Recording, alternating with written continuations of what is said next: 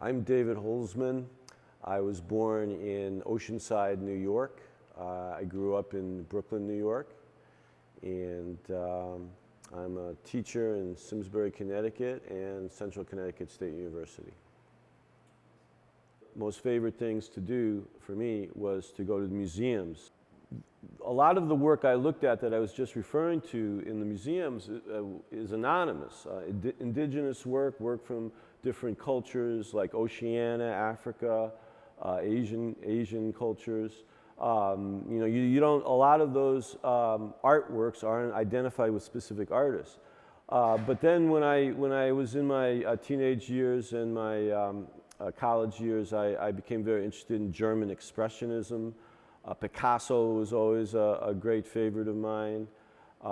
Later on, I became interested in an artist called Frans Mazariel, who was an early 20th century expressionist from Belgium, who made woodcut novels. And his work was really what got me started on making woodcut narratives. So that was in late 70s, early 80s. Well, I don't like to be pinned down. I am an object maker. I like making things. It's not conceptual. It is narrative. I'm interested in surrealism. I'm interested in expressionism. A lot of the kinds of things that I'm inspired by are outsider art, folk art, but considering that I have an MFA and I've been trained in art school and my background, it's kind of hard to use that label for my work, and I certainly don't feel like that would be appropriate. Well, the woodcut printmaking started when I was about 17, and I'm 60 now, so it's been going on for quite a while. Has gone on in one form or another. I started making books in the late 70s, woodcut novels that told stories without words. There's been about 8 or 9 of them, various lengths since then. And then in the late 80s, early 90s, I started to carve reliefs. The reliefs were meant to go on the wall. There's been some freestanding sculpture since then, but most of the work has been meant to go on the wall. The carvings grow out of paintings.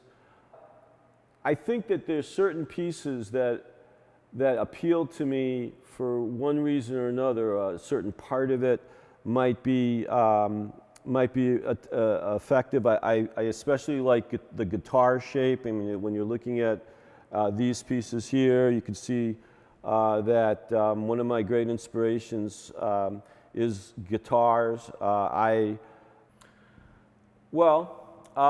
best thing about being an artist is that you get energy from working.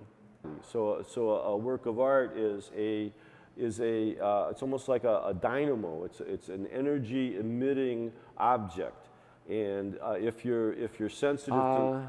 I want people to have an open mind when they look at my work. I want them to find some aspect of what I'm doing that is pleasurable.